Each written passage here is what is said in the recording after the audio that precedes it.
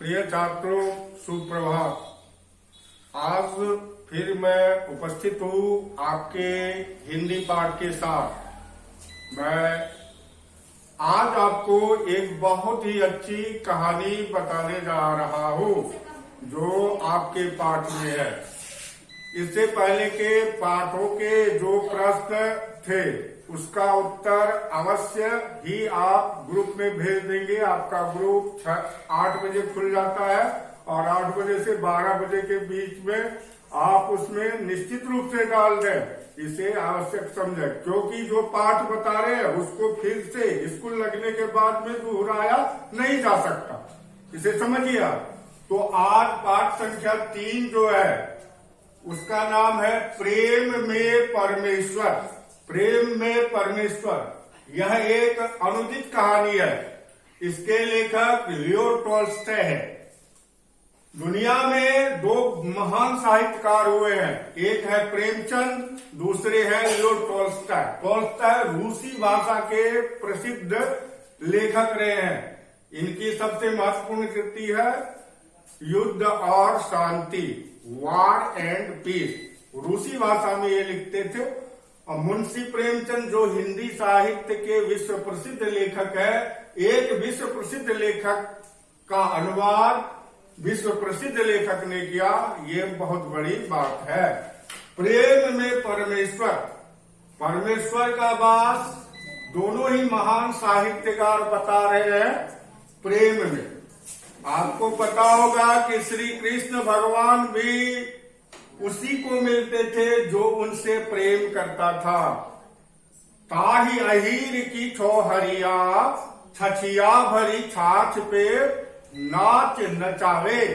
तो प्रेम में परमेश्वर का वास एक सहज कहानी के माध्यम से बताया गया है। इसमें पाठ देखिए कि एक गांव में मूरत नामक एक बनिया रहता था।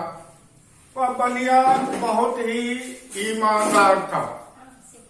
बनिए का यह स्वभाव होता है, कम तोलेगा, मिलावट कर देगा सामान में।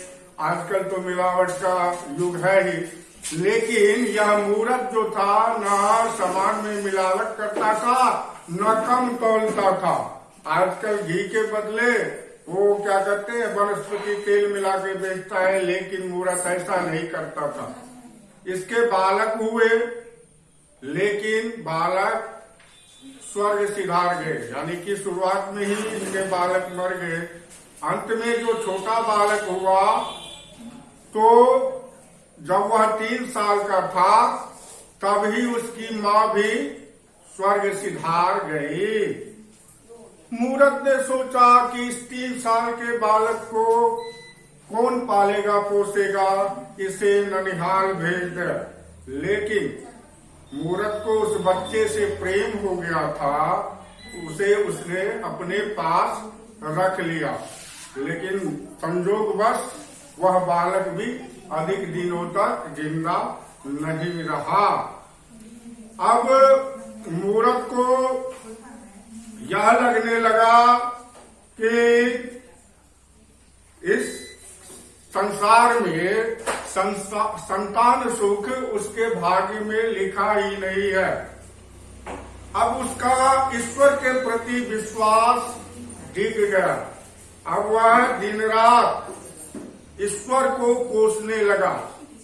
उसका दृष्टिकोण बदल गया। वह समझने लगा कि ईश्वर बहुत अन्यायी है, बड़ा निर्दय है। उसने यहाँ तक किया कि मंदिर भी जाना छोड़ दिया। पूरी तौर से वह ईश्वर से विमुख हो गया। एक दिन उसका एक पुराना मित्र जो 8 वर्ष से तीर्थ यात्रा पर गया हुआ था, उससे मिलने के लिए आया। उससे मूरत ने कहा कि मेरा सर्वनाश हो गया, अब मेरा जीना बेकार है। मैं रोज ईश्वर से यही विनती करता हूँ कि हे ईश्वर, तू मुझे उठा ले। अब मैं जी कर क्या करूँ, क्योंकि मेरे तो न पुत्र है न पत्नी है। तो इस पर उसके मित्र ने उसे समझाया, कहा कि मूरत ऐसा मत कहो, परमेश्वर की इच्छा क्या होती है ये कोई नहीं जान सकता। वह जो करता है ठीक करता है। ईश्वर जो भी करते हैं भला के लिए करते हैं। तो पुत्र का मर जाना और तुम्हारा जिंदा रहना विधाता के बस में है, इसमें कोई कुछ नहीं कर सकता। तुम जो दुखी हो रहे हो इसका मूल कारण यह है कि तुम खुद सुखी होना चाहते हो, तुम अपने के लिए सुख चाहते हो। लेकिन जब तुम दूसरे के सुख से सुखी होगे तो यह जीवन तुम्हें बड़ा ही सुंदर लगेगा और परमेश्वर तुम्हारे पास होगा। तो मूरत ने कहा कि इसके लिए मैं क्या करूं? तो उसके मित्र ने उसे सलाह दिया कि बिना कोई कामना के ईश्वर की भक्ति करो, पूरे मन से ध्यान लगाकर बिना किसी फल की प्राप्ति के तुम ईश्वर की आराधना करो, इससे तुम्हारा भीतर शुद्ध होगा। सबका जब ईश्वर पर छोड़ दोगे तो तुम्हें परम आनंद की प्राप्ति होगी। मन को अस्थिर करने का एकमात्र यही रास्ता है कि पूरी तरह हम ईश्वर के ध्यान में मग्न हो जाए। ठीक है, जहां तक आप समझे। अब आगे देखिए क्या हुआ कि इसके बाद मूरत गीता, भक्तमाला आदि ईश्वर से संबंधित पुस्तकें पढ़ने लगा। रात 12-12 बजे तक वह इन धार्मिक ग्रंथों को पढ़ता रहता था और धर्म, अर्थ, काम और मोक्ष इन चारों फलों को देने वाले ईश्वर की आराधना कर उसे घोर शांति मिलती थी। अब एक रात की बात है, उसने सपने में देखा कि बाहर से किसी ने उसे पुकारा है और कहा कि मूरत देख, याद रख, मैं तुझे कल दर्शन दूंगा। यह सुनकर वह दुकान से बाहर निकला। वह कौन था? बड़े आश्चर्य से वह सोचने लगा। वह सपने में था या जगा हुआ था, इसकी भी उसे सुध नहीं रही। वह दुकान के भीतर जाकर सो गया।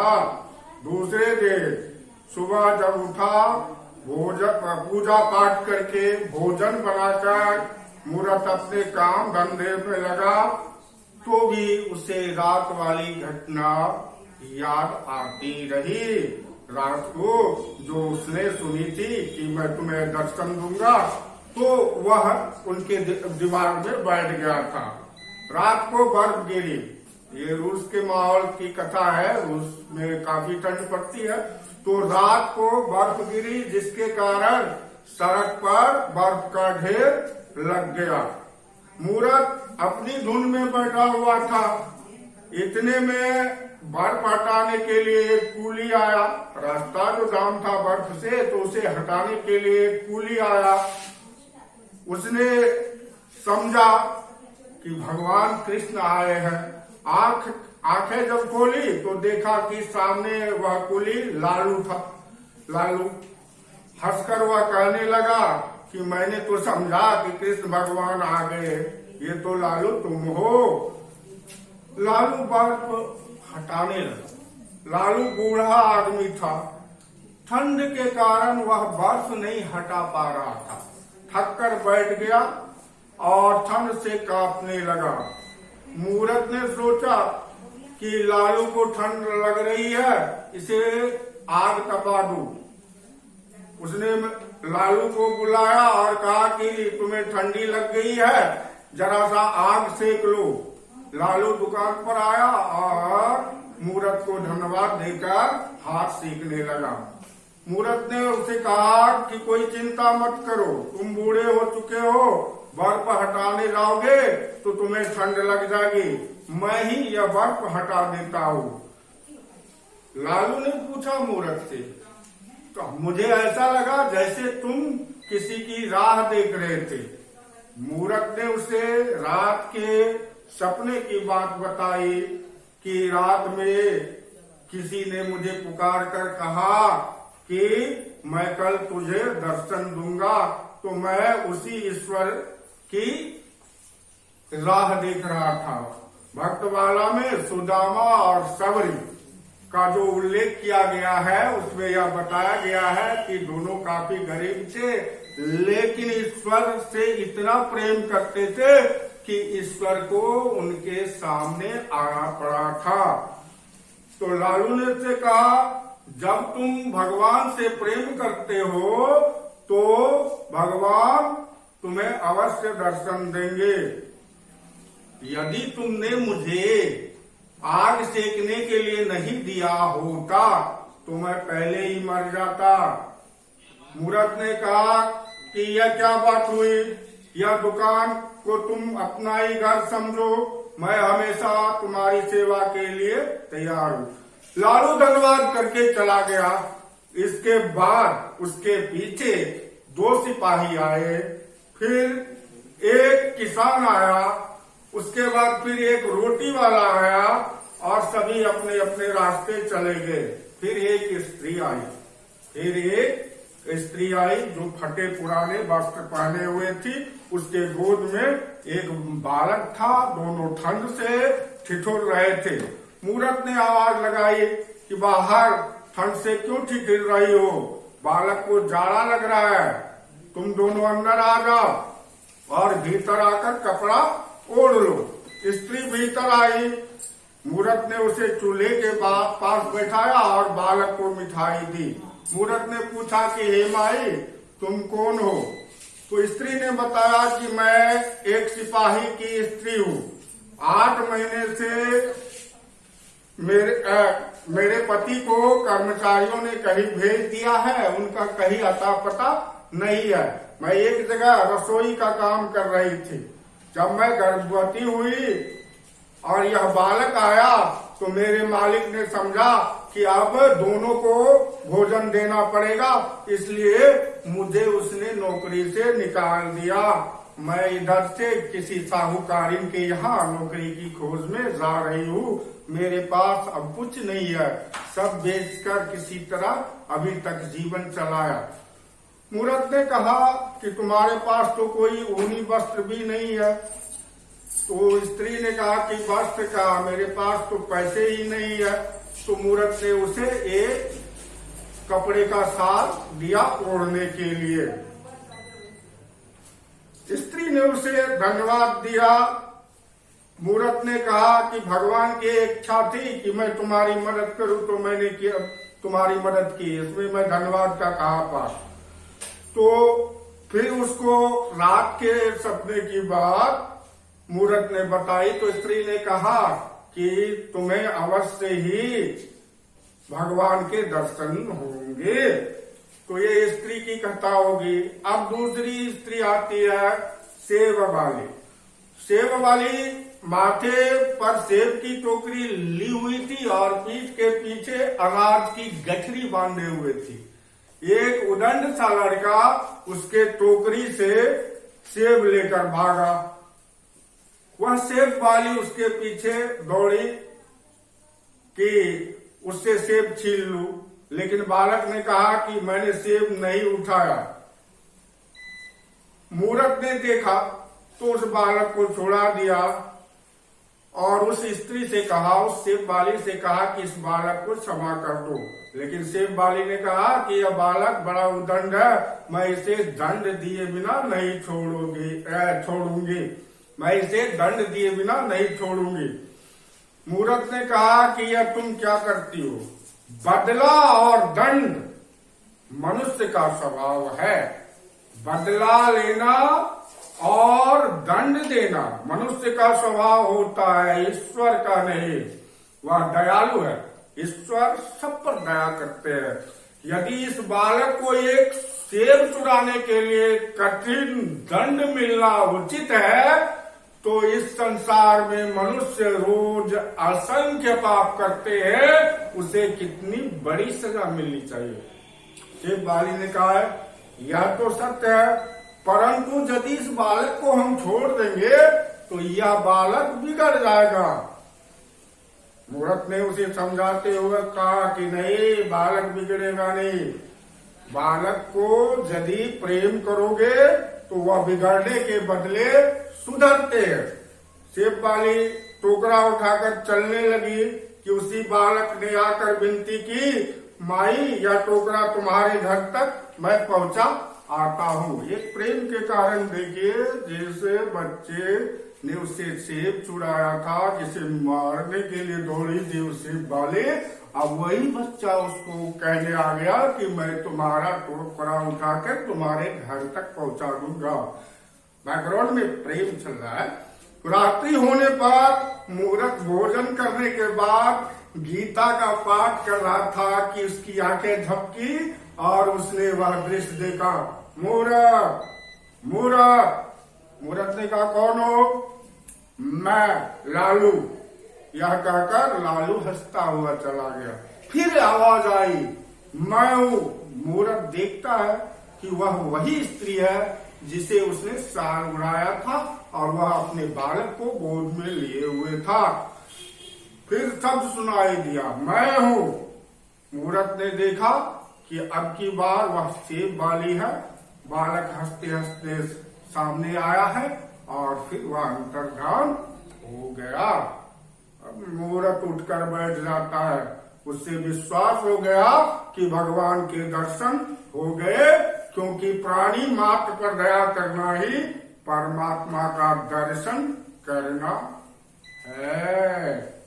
यही है प्रेम में परमेश्वर कहानी। इसके लेखक है लियो टॉल्स्टॉय। जरा मेरे साथ दोहराइएगा, टॉल्स्टॉय, टॉल्स्टॉय, लियो टॉल्स्टॉय। अनुवादक हैं मुंशी प्रेमचंद। इन दोनों को पूरा संसार जानता है, अमर कथाकार है। अब आपको करना क्या है वह भी सुन लीजिए कि अब शब्दार्थ याद कीजिए, और जो भी प्रश्न है इस पाठ का, सभी के पास पुस्तक होगी, और इसे सोमवार को निश्चित रूप से अपने ग्रुप में डालिएगा। वर्ग 6 वाले जो भी बच्चे हैं, एक भी नहीं छूटना चाहिए इस प्रश्न उत्तर में। जहां कहीं थोड़ी सी कठिनाई हो आप मुझे इंगित कर दीजिएगा, वह प्रॉब्लम मैं दूर कर दूंगा। या आप अभ्यास काल में मौखिक प्रश्न बनाना है, बहुविकल्पीय प्रश्न बनाना है, लिखित प्रश्न बनाना है, भाषा और व्याकरण फिर इसके बाद वाले क्लास में मैं बताऊंगा, अच्छी तरह से बोर्ड पर बताऊंगा, चिंता न करेंगे। आजकल थोड़ा कोरोना का रस ज्यादा हो गया है। घर में ही बैठेंगे, घर से बाहर उछल कूद नहीं करेंगे। घर में पढ़ाई को भी अपने मनोरंजन का साधन बनाकर रहेंगे। सुरक्षित रहिए, बाहर बहुत खतरा बढ़ रहा है। हम लोग आपके सामने आपके मोबाइल पर तो है ही, कोई चिंता की बात नहीं है, सभी बना लेंगे। फिर मिलते हैं, धन्यवाद।